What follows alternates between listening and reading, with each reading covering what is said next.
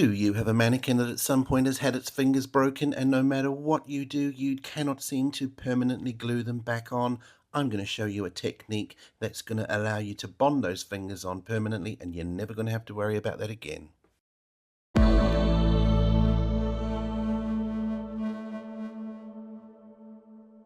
So here we have a Rootstein hand with a couple of broken fingers, and I'm going to repair them because I need this hand for a mannequin that I have. I've had it for a long time, and I've been putting up with a substitute hand, and so I think it's really worth trying to fix these fingers, but I want to try and fix them so that it lasts for a long time, because yeah, you could just stick glue along the break and stick it back on, but if anything knocks those fingers from the side, um, they're going to come off again, and then you're going to have to repaint them, and you basically just end up with a mannequin with a lot of glue stuck to the fingers. So I'm going to try and do this in a lasting way, and the way I'm going to do that is to create a little internal part. Now this is actually the opposite hand, and you can kind of see it's pretty much a mirror of the hand, and this hand, that finger has broken off and someone stuck it back on. I didn't do that, but you can see it. This type of hand for some reason is prone to breaking, and I think it's because it's quite heavy, and if it slips off, those fingers, particularly that index finger, hits the ground and just snaps off. So if you support it internally rather than just gluing the surface that's broken off, it should be able to take a knock and not snap again. So this is what I'm going to do in this case, and I'm doing it because she's a special mannequin. So I need some epoxy glue, which is the slow settings kind. That is a lid off a cottage cheese, some scissors, some acetone. That is Greek for acetone, by the way. Some wooden spatulas, some tweezers. I'm going to need some tweezers later on. Some rubber gloves. You've got to keep your PPE on.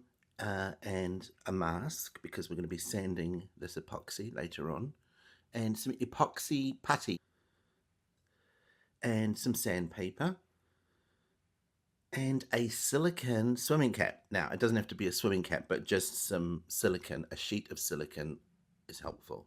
Now, this is the fiberglass that I'm going to be using. It's that typical fiberglass matting, and I've got it on an old chopping board that if I get glue all over, I can throw it out. This is a jar of acetone, and I am going to soak this fiberglass matting in acetone for a couple of hours. Because this fiberglass matting is covered in something called styrene, and styrene prevents the epoxy penetrating the fibers, so you've got to get that off. So it's been a couple of hours, and I am now going to fish this out of the acetone with those tweezers, put it on some kitchen towel, and just let the acetone dry up and evaporate. You can use other types of fiberglass, and this is just what I happen to have at hand, so that's why I'm using this. And you wouldn't have to soak it in styrene, I guess, if you had a different type. I'm just cutting it with these shears to make little fibers that can mix in with the epoxy. And just be really careful, because this stuff travels like crazy. And once the styrene's been taken off, it's basically not all stuck together. So this is that lid of that cottage cheese or whatever it is. Anything will do. They're good to reuse them. And this is the 30-minute epoxy. I've purposefully chosen this 30-minute stuff because I'm scared that I'm going to need a little bit of time to work with it to get the fingers in the right position.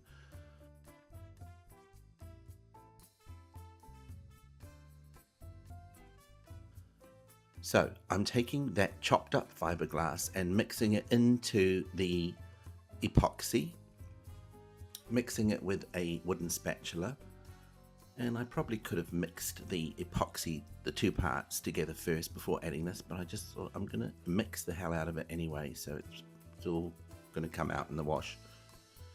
Give it a good old mix super thoroughly, and I'm kind of overdoing it a bit because of the fact I didn't mix part A and B of the epoxy together first. Now this is great because what happens is it doesn't drip, so that's sort of more paste-like rather than that sort of drippy consistency that epoxy has. And now I'm sticking it onto this silicone. I'm going to call it a silicone sheet, even though it is actually a swimming cap. It's a rubber silicone swimming cap. And the brilliant thing about silicon is nothing sticks to it. So what I'm basically trying to do here is to create like a tube of epoxy with fiberglass mixed in it, and then I'm going to insert this inside the finger. So I'm basically making a bone, and I've kept a little bit on the lid here just so I can keep an eye on when it is curing.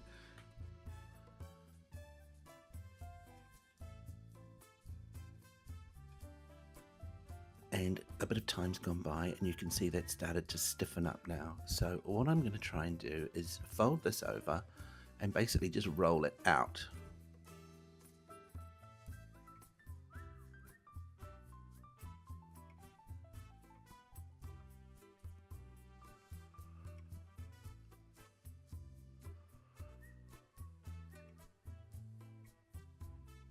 Yeah, and this is going to create like a bone that I can just insert internally, and then I'll have a longer area where it is bonded to the broken fingers, the two parts, and it should last a lot longer if anything whacks it from the side.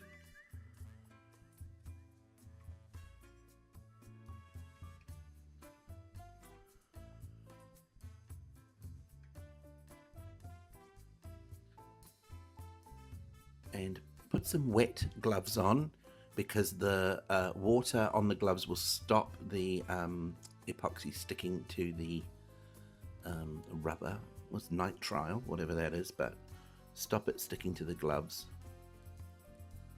And then put it down. It's a bit like making toffee or something, I guess.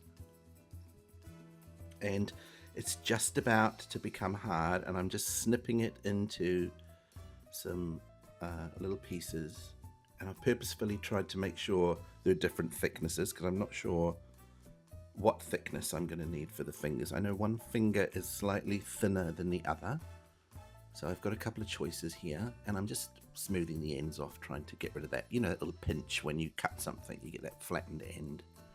Now I've got my mask ready. I have to put my mask on, and you can see one of the fingers has already got a bit of a hole in it, it's hollow, and the other one doesn't. So we're going to sort of enlarge that cavity basically with using a Dremel, and that is my vacuum cleaner which I've got going, and I'm just sanding off the old failed glue, because I don't really know what it is. It could be epoxy, it might not be. It's pretty rough and it's quite crystally, so I'm just going to get rid of it.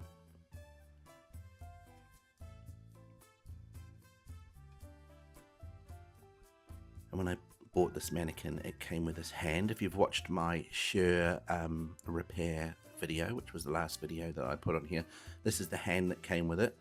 And I was super pleased, because even though the hand was incorrect for the Shure mannequin, like I said earlier, it is a hand that I needed to complete one of my other vintage mannequins, which is a P1 Pat Cleveland from Rootstein, which came out in the early 80s sometime. I'm not exactly 100% sure. Might even be 1980. Oh, got a little bit out of focus. Back again. And this Dremel bit is quite good for cutting, and I'm just sort of hollowing out the cavity, making it a little bit bigger. And I want it to be actually quite loose. I'm not trying to get a real tight fit with this let's call it an epoxy bone. I'm not trying to get that epoxy bone super tight. There you can see me trying to just test how big it is, because I need to have some room around it for a decent amount of epoxy glue, which I'm going to apply to it. And if it's too tight, it won't actually get enough actual glue around it to make a bond. There we go, it's nice and loose. And I'm going to move on to the next one. Now, this one doesn't even have a cavity in there, so I've got to make one completely here. And I've got this hand wedged into, it's called a Black & Decker Workmate, which is a bit like a vise, and it's like a handyman's kind of thing that just holds the hand in place, and it's really handy for me. I don't have a lot of room, so I can fold it up and I can put it away. I'll stick a link in the description so you know what I'm talking about. So there are the fingers, and I'm gonna make holes, cavities, let's not call them holes. I'm gonna make the cavities bigger in these fingers as well, and like the hand part, one of them is already a little bit hollow, but the other one not at all. And I'm just getting the glue off it, just like the hand.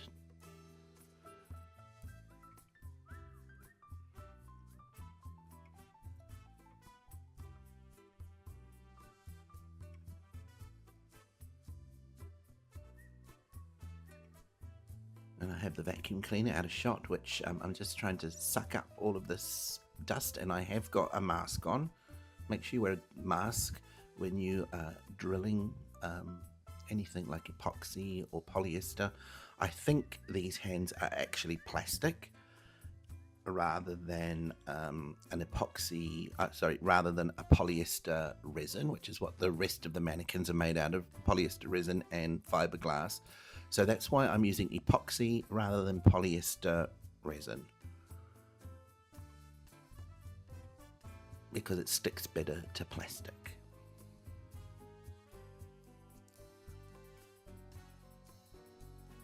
And the other finger.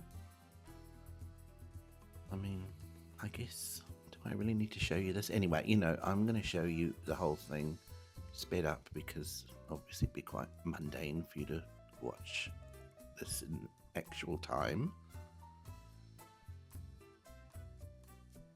But you get the drift, what's happening.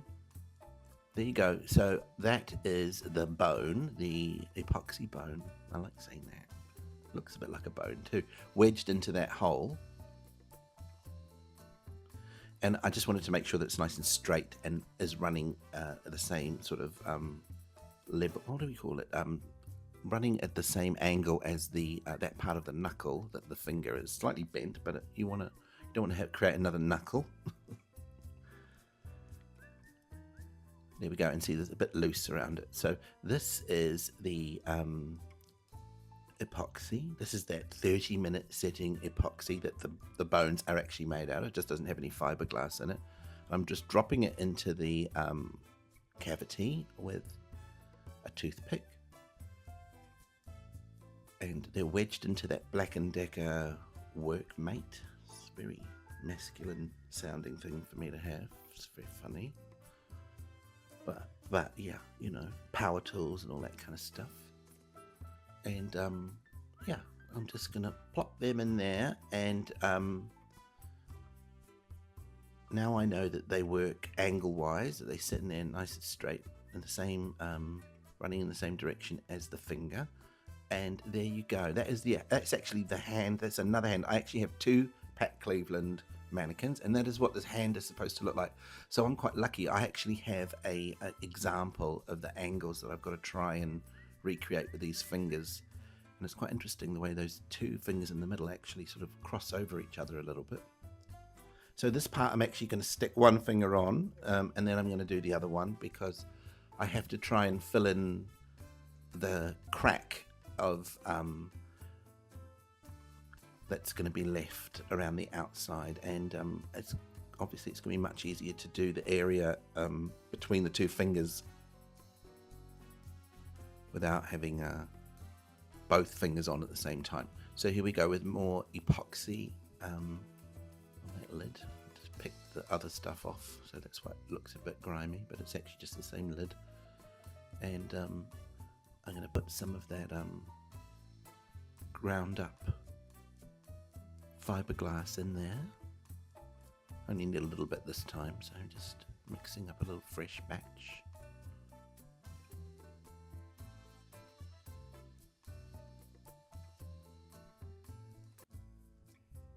Toothpick. I don't think I had a toothpick in my little visual of what you were going to need to do this, but toothpicks are always handy to have around for this kind of thing. And now I'm just dropping it in the hole. And so imagine if this was just epoxy without the fiberglass mixed into it, it would just drop into the hand. So the great thing about this, it creates a bit more like a paste sort of texture, and I'm just kind of rubbing it into the texture that would be left on the inside of that cavity. It's probably like, you know, quite rough from the Dremel and the sanding. So this rubbing it in, rather than just popping it in and hoping that it bonds, I'm actually physically rubbing it into the surface of it, trying to keep those little hairy fibers sticking out too much, kind of running along the surface of the crack there, and that will be annoying later on when I'm trying to fill the crack. I'm going to fill the outside of the crack with that epoxy putty, you know, the stuff that comes in the tube. I don't really rate that as far as fixing broken fingers. You know, I think a lot of people use that, but I don't know, it makes it's very heavy when it cures. It's really heavy, and the last thing you really want is to make this hand even heavier, because it might drop out again if it's heavy. There you go. So see, I'm trying to make those fingers overlap in the same manner that unbroken pat hand is, and that is cured now. And so this is that epoxy putty, and I'm just mixed a little bit of that up, very tiny small amount. This stuff cures really quickly. It's like you get 3 minutes or something before it starts to become difficult to work with. I mean, that's not how long it takes to cure 100%, but for what I'm trying to do, which is just fill the surface crack on this finger with it, you need it to be quite pliable.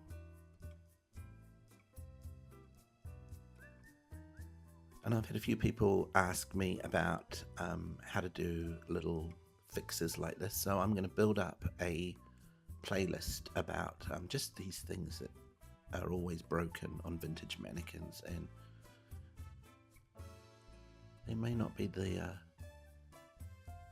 prettiest videos to watch, because there's not going to be this great beautiful mannequin reveal at the very end of it, but you know, we all need to know how to do this, and it might look a little bit extra fiddly, but I'm hoping that I will never have to do this again with this mannequin hand. So now I'm just taking that toothpick and I'm pushing the putty into the crack, and I'm trying to sort of make it sort of smooth out to the edges, but I mean, I am going to have to sand it and drill it a little bit to sort of get it totally flush with the finger, but that's what I'm doing here.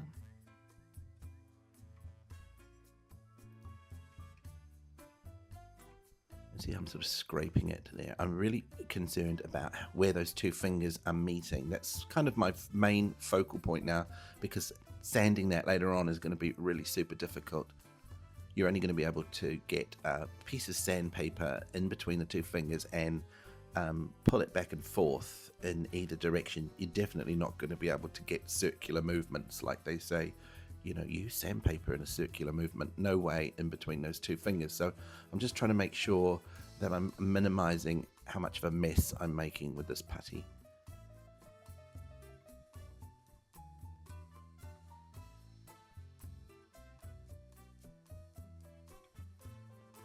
You can probably hear my dog trotting around. Sorry about that. He wants attention. Go away, Herbie. Go on. And I'm trying to do this all in one take. So if I'm ranting or I've repeated myself, I apologize. But I'm trying to produce this video as fast as possible. And so more of this epoxy and what's it called? Fiberglass? Sorry. Brain dead for a moment there. And yeah, and I'm just working on these fingers one by one, just because I would think probably I will be getting one right and then the other one will move, kind of thing. If I don't, that'd be great to just be able to do both of them at the same time, but I'm sure she might end up with crossed fingers or something. So there we go. See, I'm rubbing that into this texture that is on the inside of that finger cavity, just initially. And now a good gob of it, sorry for lack of a technical term, a good amount of it in there. But I could see that just falling right inside the hand if it didn't have that matting, fiberglass matting mixed in with it. It kind of clings to the sides a bit better.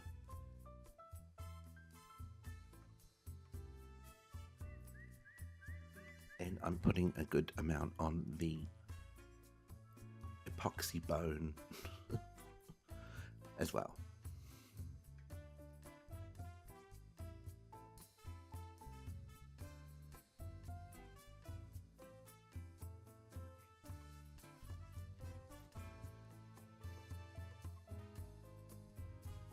There we go, and trying to get the same angles as the proper finger placement should be, and I think that's pretty good.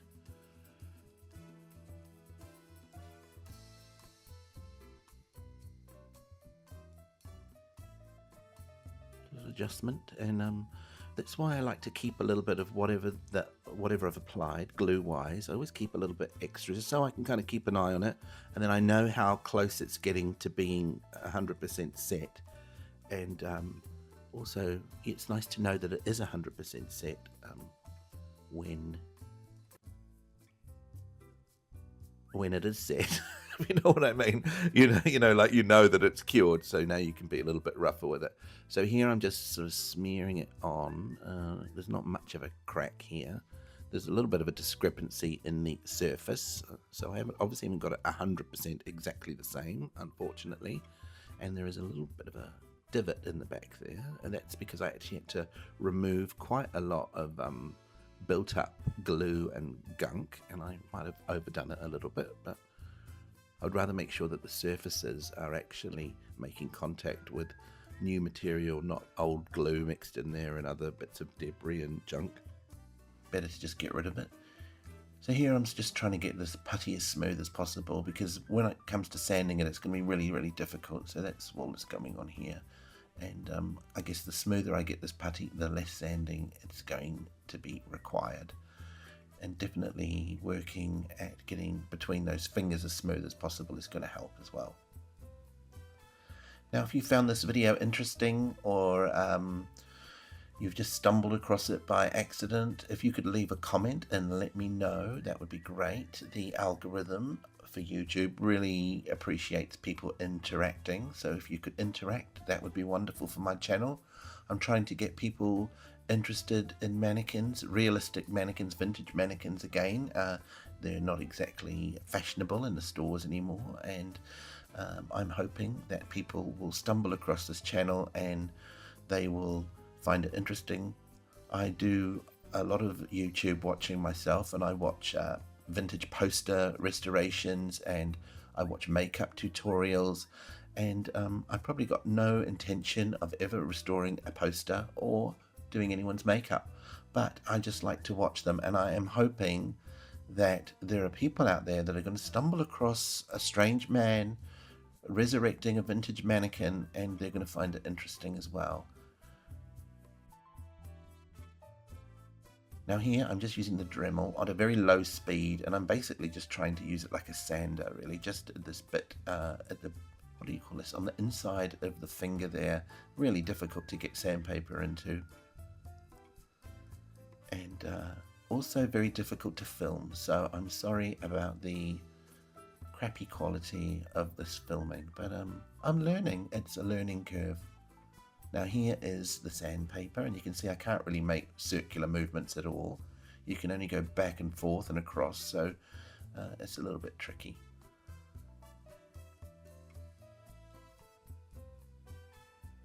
But we're trying our hardest, and I'm going to paint this just for presentation purposes. I want to show you how good this hand looks at the end of it.